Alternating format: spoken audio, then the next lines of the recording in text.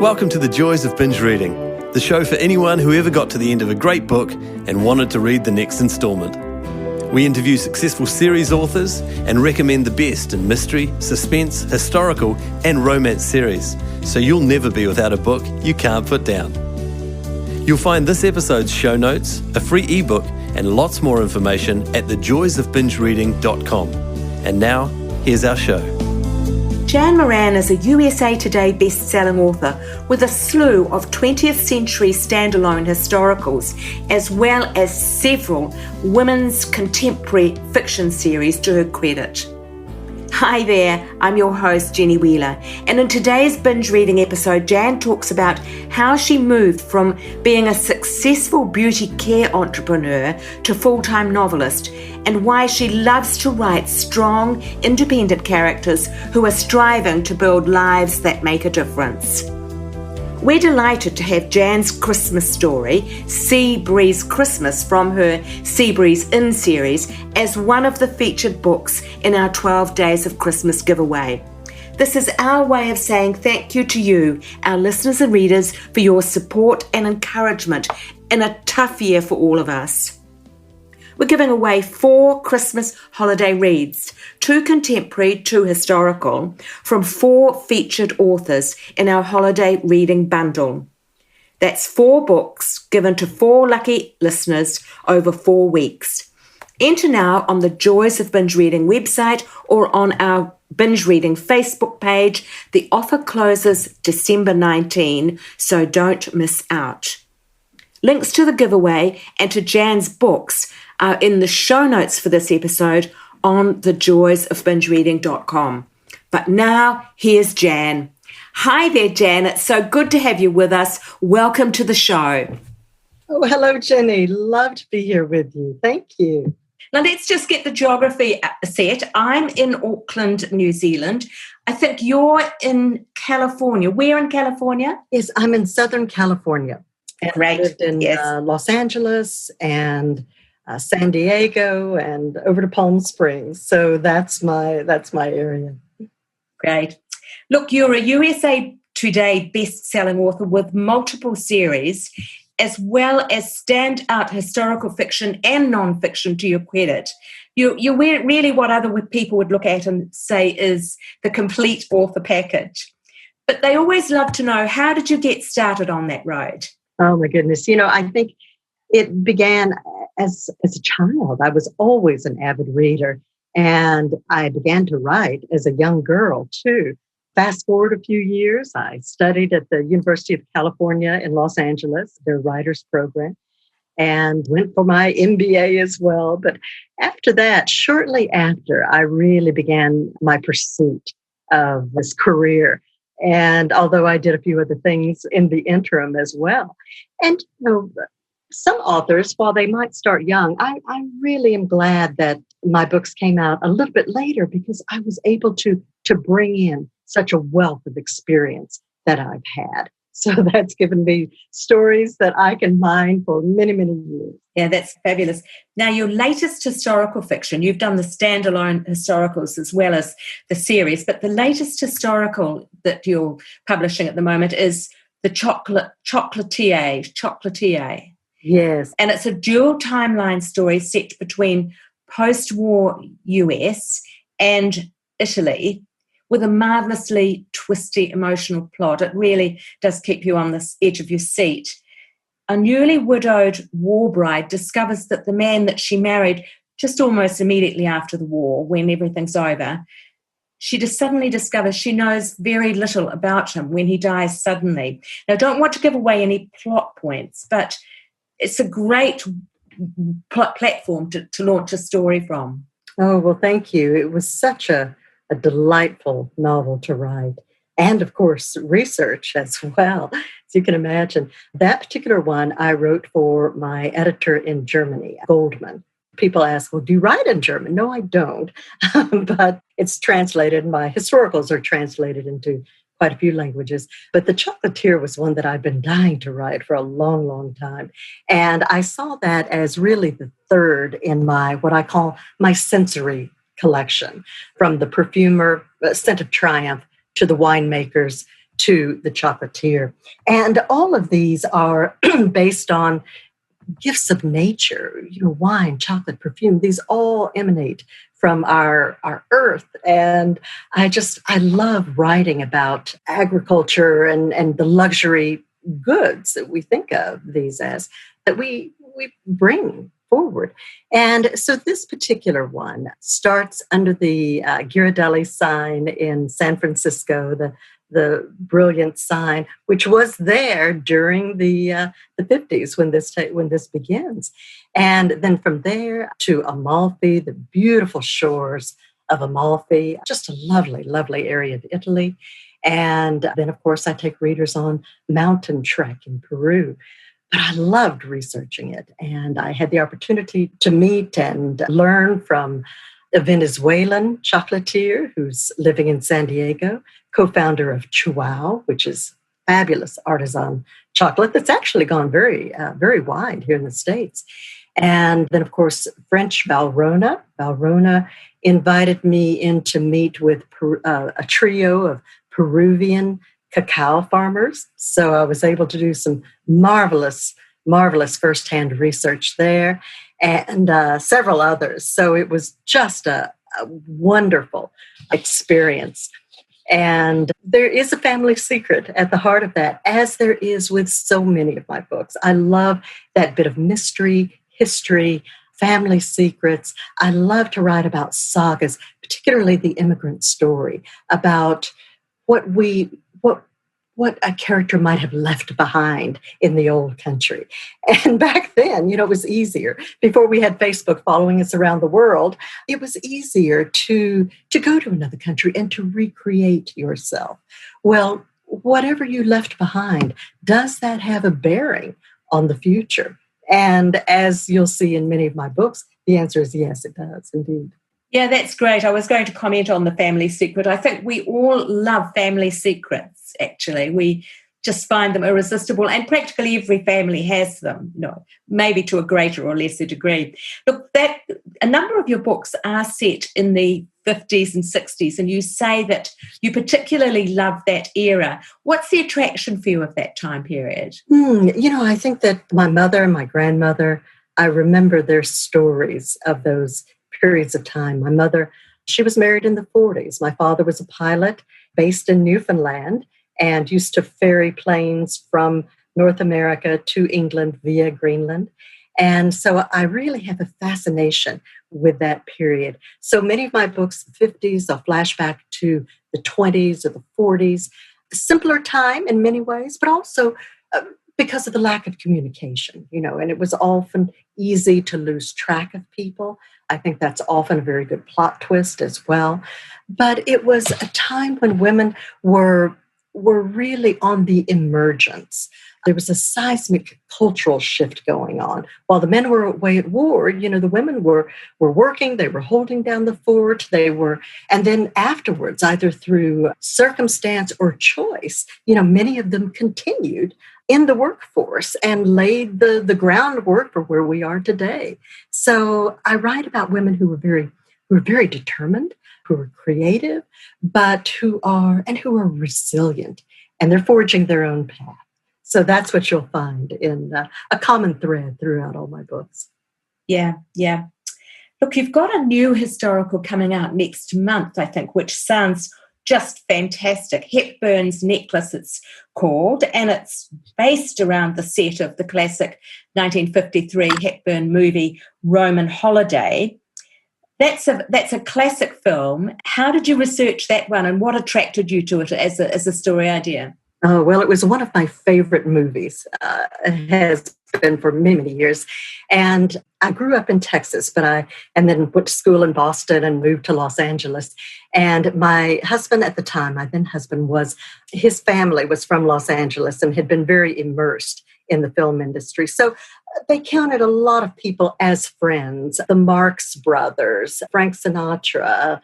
I don't like name dropping, but this was just, they were their neighbors and friends and, club members. And so, and they were hardworking entertainers at that time. And so I got to know and hear a lot of the stories, and I knew William Wyler, the director of the film. And there were a lot of stories about Audrey Hepburn, who was just one of the most charming, kind souls. And of course, she had been through so much during the war. And she was a ballet dancer, which I was also brought up dancing. My mother was in the Houston Ballet, studied under the great Kochetowski from Ballet Russe, who also trained Gene Kelly. So there are all these connecting threads. And Audrey used to have these clandestine ballet performances where she would raise money for the resistance. And people, they couldn't clap. And, they were very silent. And I thought about, the kind of person, the kind of young girl who would do that. She was barely a teenager at the time. And then as she went on through life, her humanitarian work, all of it, I've always thought of her as such a ray of sunshine. And so to write about her was such a joy. But the story isn't about her. It's about another young actress, Ruby Raines, who is from Texas and my first Texas heroine. So she was very, very close to my heart. And the story begins on the set of Roman Holiday on a scorching summer in 1952 in Rome. And that was the first film, American film, filmed entirely in Rome, in Italy. And so it was quite the happening in Rome, you can imagine. And then in the present day, I bring it back to an older Ruby and her great niece or grand niece. And I take them from Los Angeles, Palm Springs to Lake Como, Lago di Como, which is just one of my most favorite places on earth. Beautiful, beautiful area. So that story was, although it was conceived prior to the pandemic, a great deal of the writing took place at that time. And I think I call these my pandemic books, some of these. And I really wanted to make these extra heartwarming. And that's the kind of book that it is. I can't wait to share it with people. Yeah, it sounds gorgeous. You've generously agreed to let one of your Christmas books, Seabreeze Christmas, from the Seabreeze In series, be included in our 12 Days for Christmas giveaway, and we're absolutely delighted about that. Have you written Christmas stories before? No, this is actually my first one. And so there I was by the pool in Los Angeles, sipping my hot chocolate and listening to Christmas music. And then I'd take a break and take a dip in the pool. And, it was such fun. It reminded me of, there's an old story about White Christmas that was the song, which was written by the pool in La Quinta, California, or Arizona, depending on which story, maybe both, But I just loved it. And I've had so much positive response from readers on it. And I'm already planning one for next year as well. I think Christmas stories really touch our hearts, our memories, of how we wish life could be all the time. So there's just so many cherished memories that people have associated with the holidays. Yeah, and it's especially so this year, isn't it? People have a feeling of wanting to somehow grab back some of that warm, secure feeling that we used to have before the pandemic struck. Oh, yes. And we will have again, I'm sure. Yeah. So tell us a bit about now your series, the Seabreeze series, for example. What was the genesis for that? Well, I was walking on the beach in Southern California. My one beach I like in particular, Moonlight Beach, which is very much a family sort of beach in North San Diego County, Encinitas. And I walked on the beach and I was trying to plot and dream up stories, as I often do. And I thought, well, why don't I just set one right here, right in my own backyard? And in this one, I also aged up my heroines. So in my historicals, my heroines are often in their mid to late 20s, early 30s, but I always have very strong secondary characters. So in The Winemaker, for example, the mother is just as much of a heroine as the daughter is, who the story revolves around. But in this one, I wanted to age her up. So she's 45, she's newly widowed. She's every woman, as I say. She's every woman. She's, has a little bit of a muffin top around the middle, and she doesn't really care as long as she's, healthy and strong. She accepts her aging, and she has 2 daughters, one in college, bit spoiled, another one just out of college. And so these are things that, so many of my friends have dealt with, I've dealt with. And we're the sandwich generation, between our grown children and our parents. And in the story, she becomes very worried about her mother. But her mother is a very vibrant 70-something, and her parents. And so I love this one. I bring in the whole family. And she has a sister, a very artsy sister. She's a horticulturist. Ivy is an art teacher. So these women, it's really about them recreating their lives in midlife. And those choices, sometimes they're ones we make, other times they're forced upon us.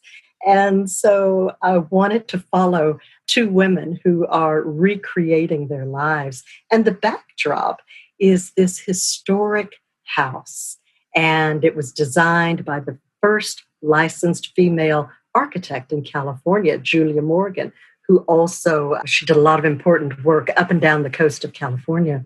But the house is just as much a character in these stories because the former owner was an art collector and from Europe. And so what sets these beach stories apart from others, I think, and that readers have gravitated toward, is that there's a lot of history and mystery in it too. They're not mysteries, but there's some discoveries, let's say, that go on. Yeah. And that's what I really enjoyed, bringing my historical background into these stories as well. So does that house actually exist? No, it doesn't, nor does Summer Beach. Unfortunately, I've had people Googling and saying, oh, I really want to visit Summer Beach. Where is it? And it was really a mashup between, La Jolla, Encinitas, Laguna Beach. But there are a lot of older homes that are built along the California coast that I drew inspiration from. I haven't finished the first book, but it's a very intriguing beginning. I always love these beginnings where somebody's husband dies and then they discover that they've done a whole lot of things they had no idea about. And she actually inherits that house from her husband's estate without even realizing that he bought it, doesn't she? Yes, he drained their retirement account. Unfortunately, this is a story that has happened before. So. Yeah, that's right. Every woman's nightmare, probably. But I'm sure it's going to have it. I don't know quite how it turns out yet because I'm not finished it, but it's got a great beginning. Well, Ivy is very resourceful and very resilient, and nothing holds her down. So. That's great. And just like the heroines of your other series, which I became quite addicted with, I've confessed to you that I listened to them through the night on audio on more than one occasion. The Love California series, which they're rather more contemporary and they're younger women and more racy probably in terms of the lives that they lead because it's a contemporary setting. But a group of entrepreneurial women who are all looking for both business success and love, kind of in parallel steps in industries like perfume and skincare and fashion. So there's plenty of chances for really some fascinating settings and setups. Have you been asked for any more of these? I think they're quite addictive books. Yes, I have. And as with Seabreeze, the Summer Beach series, that started off as a trilogy. And then readers wanted more. So I was thrilled to go at the acceptance and to be able to go back into that world and write again. So it grew from 3 to 5. Now the Coral Cottage is also set in Summer Beach, and I have merged the characters. So one of the women in Coral Cottage is Ivy Bay's best friend from Seabreeze Inn. So there's still some interaction, very much like Debbie Macomber does in her world. So I really enjoyed that. And so the Love California series, that stands at 6 books right now. And I may add another special to that. Again, if I hear from readers that they're enjoying it, then it's something that I'll go back to. But yes, I really enjoyed writing that series as well. That that series follows very much my own experiences. Moving to Los Angeles as a young woman, looking for full of ambition and looking for, a new life. And many of my friends in Los Angeles are in the creative fields, as I was myself. I have a background in the beauty industry, and I created a couple of touchscreen technologies that I eventually sold to Sephora. But that took me around the world. I started the company, created, along with a team of software developers, created this. It's called the Fragrance IQ and Skin IQ. And I ended up selling that to Sephora. But before I sold the company, I had it in Sephora stores in Europe and the US, in the duty-free stores in Hong Kong and the Middle East and just all over. So that was my life for a while. And it was a lot of fun, a lot of hard work. These glamorous industries, they look like so much fun on the outside, but really on the inside, it's a lot of work. So as I was flying, transatlantic, trans-Pacific flights, I can only watch so many movies. And I had a hard time sleeping on the plane at that time. So I would pull out my notebook and start writing. And that's where many of these stories grew from. So one thing about the Love California series, too, is that each book, now those are standalone books. Unlike the Seabreeze, the Summer Beach series, which is a longer running series, these are standalone books, starting with Flawless. And each one of those, I take the readers on a journey. So it might be Paris or Spain, Sydney, Monaco. You'll get front row seats at New York's Fashion Week or the Formula One races in Monte Carlo. And so I just love that. It's fun. It's all the fun things that we want to do in life. But at the heart of each one of these stories is a woman's journey. And in each one of those stories, her dream is dashed. I won't say too much, but life doesn't always turn out the way we plan, but it's what we do after that I think is the interesting story. So each one of these women go on a journey and come out the other end really with a life. It may not be the life they wanted in the beginning, but it's the life that they embrace. It's the life that they were meant to have. So I do believe in a bit of kismet as well. And that's at the heart of many of those stories. Great fun to write. Yeah. It's interesting how often kismet comes up in them, actually. Yes. Yes. Yeah. Mm-hmm. There's a wonderful common escapist glamour in them all too. I think it's almost like it's a reflection back to the 80s, sort of the Jacqueline, Susan, or those types of stories, isn't it? But reframed for the 21st century. Yes, well, I grew up reading, a lot of Jackie Collins and Danielle Steele, I think. Yeah. Our airplane reads. Shirley Conran, yeah. Yes. It was great fun. But I think some that really touched my heart, Barbara Taylor Bradford, A Woman of Substance, remains one of my all-time favorite books. And that heroine, Emma Hart, who, is determined and will stop at nothing. So what was the book that you first published? Where did you begin with your publishing journey? Oh, yes. It came out first as Scent of Triumph. And although the original name was The Perfumer, and I've just recently gone back to that, I'll explain that in a minute. But this particular book was born, well, as I mentioned, I spent quite a few years in the beauty business. And so my research, I wrote a book called Fabulous Fragrances years ago, back in the 90s. And that book paved the way for this technology that I created for the beauty industry. And so in the course of that, I was researching all of these old brands that are still with us today, many of them, Chanel, Estee Lauder, Helena Rubinstein. How did they get their start? Well, these weren't big brands at the time. These were started by women. And they were started at a time when there weren't many women in the industry. And there was one, I was really fascinated too with the World War II period and what happened to the couture industry in Paris. At the time, most of them closed their doors. And we all know now that Chanel closed her atelier and moved into the Ritz. And, there are books about that. And she does make a cameo appearance in The Perfumer. But I was fascinated by a particular woman, Germaine Cellier. And she was a perfumer. Now, remember, too, at the time in the 40s, it was a man's world in perfumery. And it was very rare for women to be perfumers. But she was. And she created perfumes for a couturier, Robert Piguet. And he was head of forget the name of it, but head of the professional society at that time during World War II. And he stayed in business and was trying to keep jobs in Paris during the war, keep, all the seamstresses and the lace makers and all of the, the beadwork, all of those people employed. And and Nazis were trying to move the couture industry to Berlin, which is still a fashion center, but they succeeded in keeping many of their people in Paris. Anyway, I was fascinated by all of this. Cellier's perfumes are still around today. Fracas and Bandit.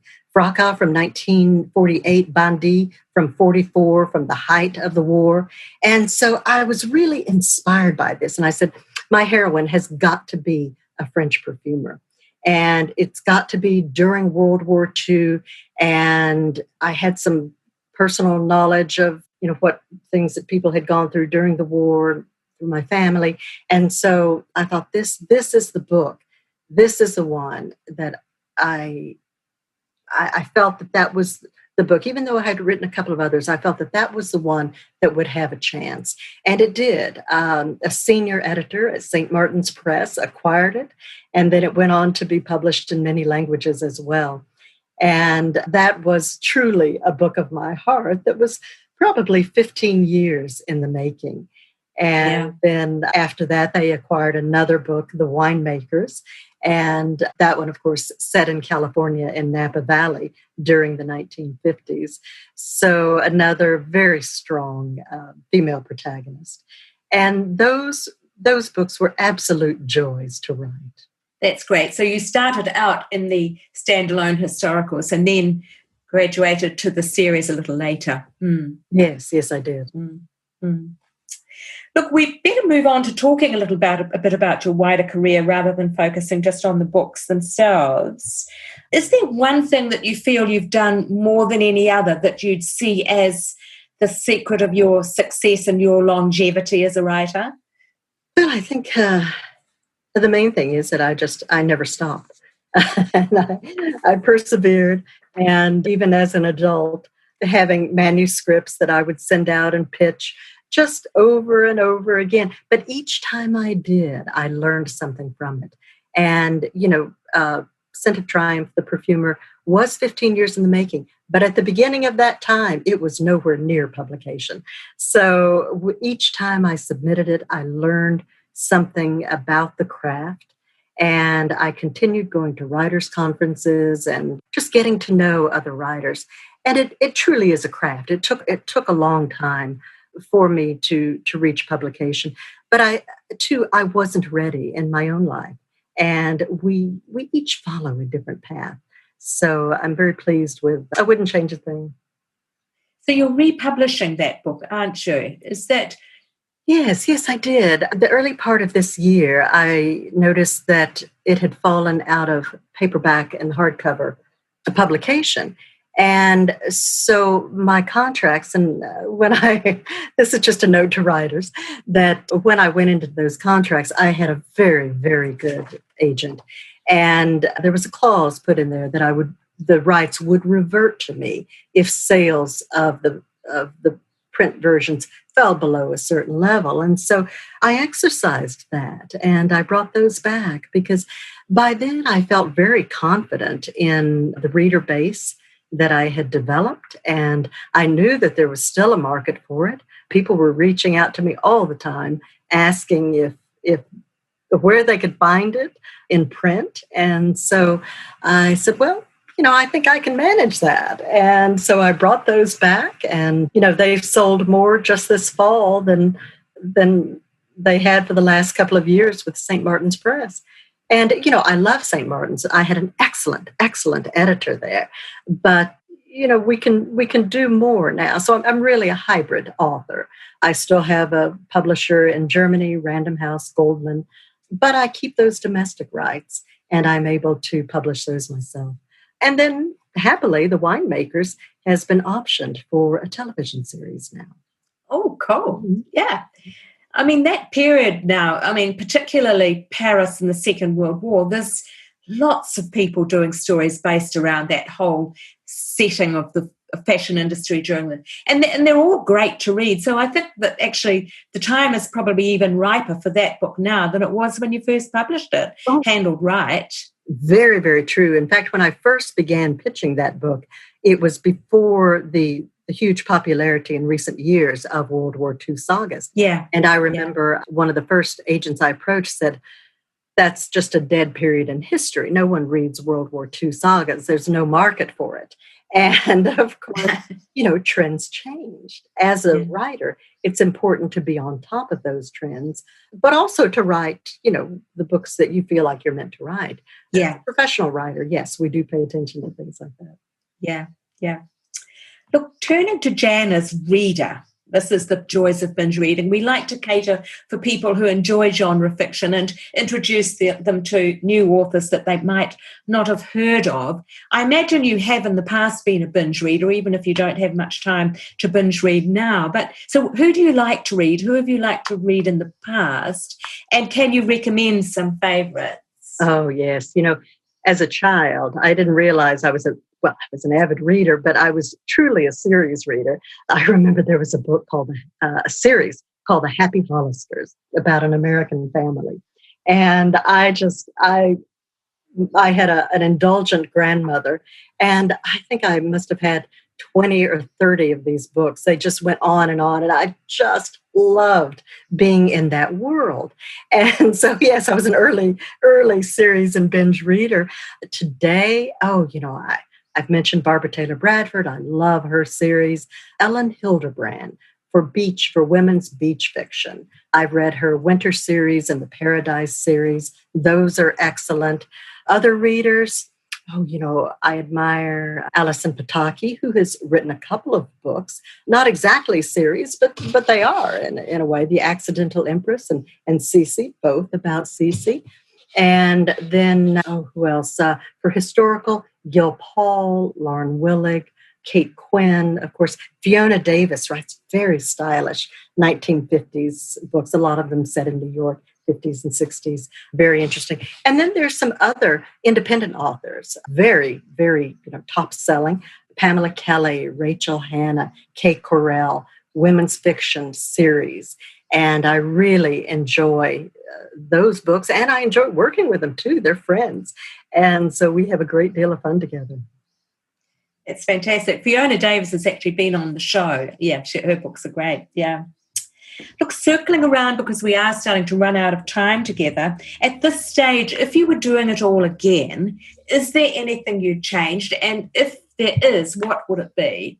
Oh, looking back over life, as like anyone, I've had a lot of challenges, but honestly, I don't think I would change a thing because every challenge I've learned something. I've learned and grown, and I wouldn't be the woman I am today had I not had those challenges.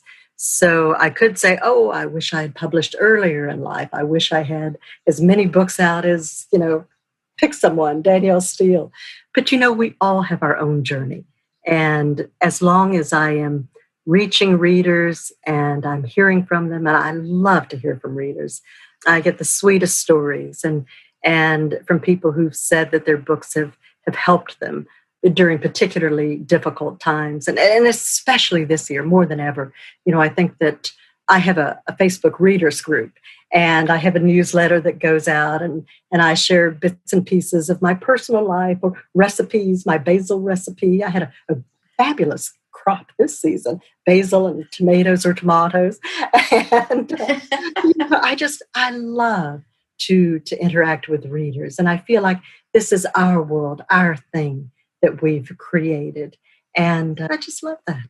What does your next 12 months look like? Were you badly impacted by the pandemic, and how are you placed for the next 12 months in terms of the projects you've got on? Oh, yes. Well, knock wood, my family's been healthy, and those friends and extended family members who have gone through COVID have come out fine. So, I'm so thankful. I am sheltering in place quite a bit, and so I'm not getting out much. But then I was always a fan of home delivery, groceries, and so I have been staying at home. I have been writing an awful lot. So this has been a very, very productive year. Coming up, Hepburn's Necklace, we're just on the eve of that now. I'm very excited to share that. And then I have the Coral Cafe coming out in the Summer Beach world, and Seabreeze Wedding. I'm not telling who's getting married, or if they are, but we'll see. See what happens. And then I have some other plans for another historical and possibly another series, but all of that's still in development at this point. So, and another Christmas book for sure. Great, that's wonderful. Tell me, do you write through a series and then go on to the next series, or do you jump them around a bit? Good question. Typically, I will write start to finish. However, with the Summer Beach series, I started that one at the Seabreeze Inn, and then I jumped over to Coral Cottage, and now I've jumped back. So it's all in the same world. But typically when I write, whether it's a series or a book, I'll start and just go start to finish. And that's how I write my novels. I don't bother with editing. I'll turn around and I'll get that at the end. But the most important thing to me is get the story down. Now, I do love to research. So sometimes it's a little hard to get started to know when to stop researching and when to start the story. But once I do, I don't look back. Look, you've mentioned that you love to have interaction with your readers, and we will put all of those links to the places that the readers can find you in the show notes for this episode. But just quickly recap, where can people find you if they are now desperate to see your books online? You're too kind. I'm at janmoran.com, cool. And then I am on Facebook as, I believe, Jan Moran Author or Jan Moran Books. And then I have a Facebook group as well that you can just tap on the door and I'll let you in. I have a newsletter that goes out monthly, just once a month generally. And yes, I invite everyone in. You'll find me a little bit too on Twitter or Instagram. I keep up a bit there. I'll check in. But yeah, I love to hear from people, and I invite everyone over for a cup of tea or a cocktail, and we'll watch the sunset together and share a good story. That's great. I noticed on the Seabreeze book you referred to watching the sunset go down and the green flash. Now, I thought that was wonderful because I used to live on a West Coast beach in New Zealand, and we used to sit on the beach and watch for the green flash. Yes. I think that's universal. We laugh about it. And so I have included that in a couple of books. And the name comes from a friend from New Zealand. Oh, really? Yes. She was known for her Seabreeze cocktails, which is ruby red grapefruit, cranberry juice, and vodka. And so she used to throw these cocktail parties at sunset and serve sea breezes. And, we've laughed about that. We've been friends for decades now. And so we've laughed about that a lot. And so when I was thinking about the name for the book, it just naturally came to me that this would be the Sea Breeze. And I have a recipe in the back of the book as well. So tried and tested many times. Sounds like something we should try for Christmas. I think so. Wonderful talking, Jan. Thank you so much. Thank you, Jenny. It's been such a pleasure.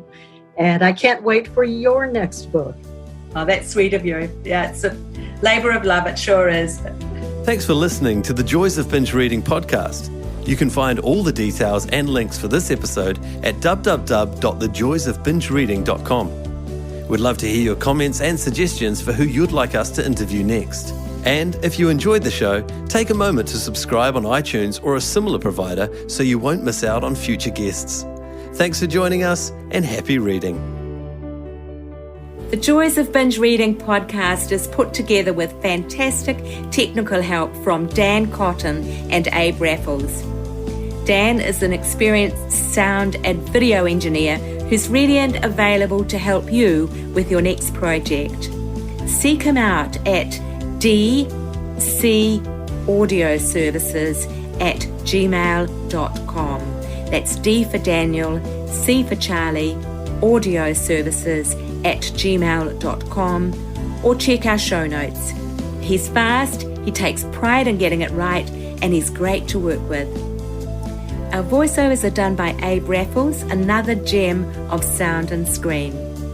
Abe has 20 years of experience on both sides of the camera/microphone, as a cameraman director and also as a voice artist and TV presenter. I think you'd agree that his voice is both light-hearted and warm. He is super easy to work with no matter what the job. You'll find him at Abe, A-B-E, at pointandshoot.co.nz. As I say, the full details in the show notes on the website. That's it for now. Thanks for listening. Hopefully see you next week. Bye.